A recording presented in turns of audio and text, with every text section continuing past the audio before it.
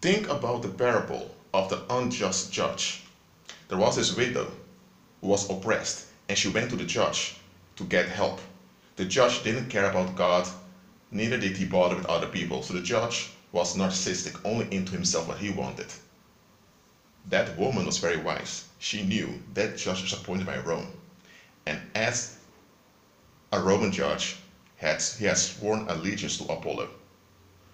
He is obliged under oath to enforce Roman law. If he does not enforce Roman law, he is endangering the functioning of the Roman Empire. And when you endanger the function of the Roman Empire as a servant of Rome's government, Rome comes after you. And Rome will not forgive. So that judge knew that very well. And that woman, that widow, she knew that. And she used this knowledge to force that judge to do his job. And that judge realized, hold on a minute, even though I'm wicked, I don't care about God nor other people, if I don't comply with this woman, I'm in big trouble. And that's how many people are.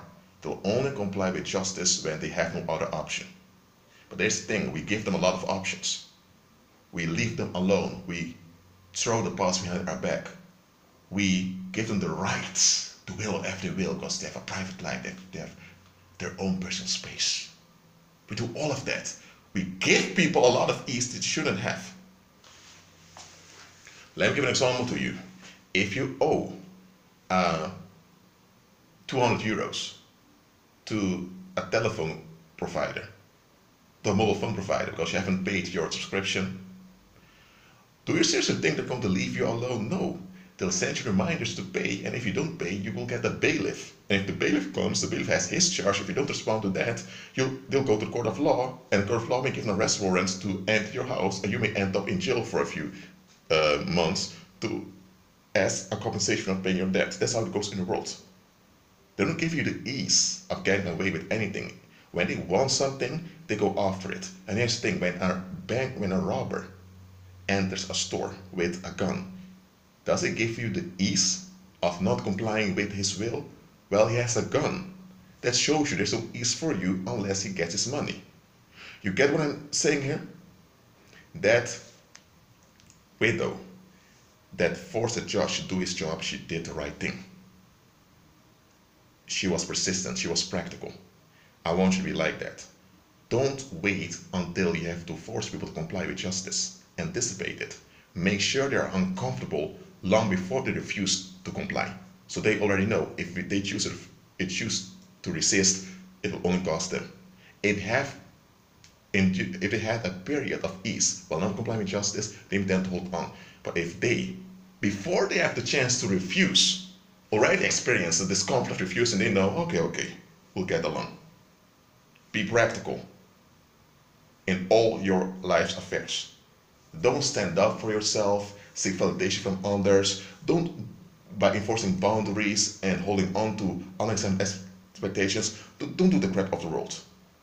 Anticipate in faith. And you don't only anticipate against evil, you also anticipate the good. So if you have a son or daughter and they are about to enter early 20s and you want them to, let's say, have a house soon, don't look at your bank account, begin to decree a great house on their behalf. Begin to decree great things in their life. Even if you don't see the financial resource for it, you anticipate the good. Look, what I've realized is that many people, I'm not talking about common people out there, okay? Common people out there, let's say unbelievers, worldly people, they don't anticipate things. When it comes to violence, they only care when they encounter an incident. They only care if something comes close to them. Things like terrorism, like terror, it happened throughout human history. But it's only after it began to affect things that are there onto them that they realize, hold on a minute, this is a real thing can happen to us also. Common people in general, they don't anticipate things. They may pay a mortgage, they may have an insurance that they pay every month, so they think they're secure. They don't anticipate things. Pagans were who tend to be practical tend to anticipate things, but they're pagans. So what they're doing has side effects. You as a believer, you anticipate things. It's not about preventing evil all the time, it's also about enforcing the good. Okay? If you want to have your own business, don't wait till the shop is open and then you're going to decree the blessing. And then you're going to become supernaturally active so the business will work. No. When you have the business in your head, it's real already, what's in your head. It hasn't manifested materially yet, but energetically it's in your mind. When you put it on paper and you evaluate it, speak blessing on that design. And from that blessing, from that empowerment, you keep on working till it materially manifests. And once it materially manifests, even if you don't have many customers, it will remain successful. Anticipate things, okay? Anticipate resistance before resistance arrives. That's how you ought to be. That is how you ought to be. Be like that.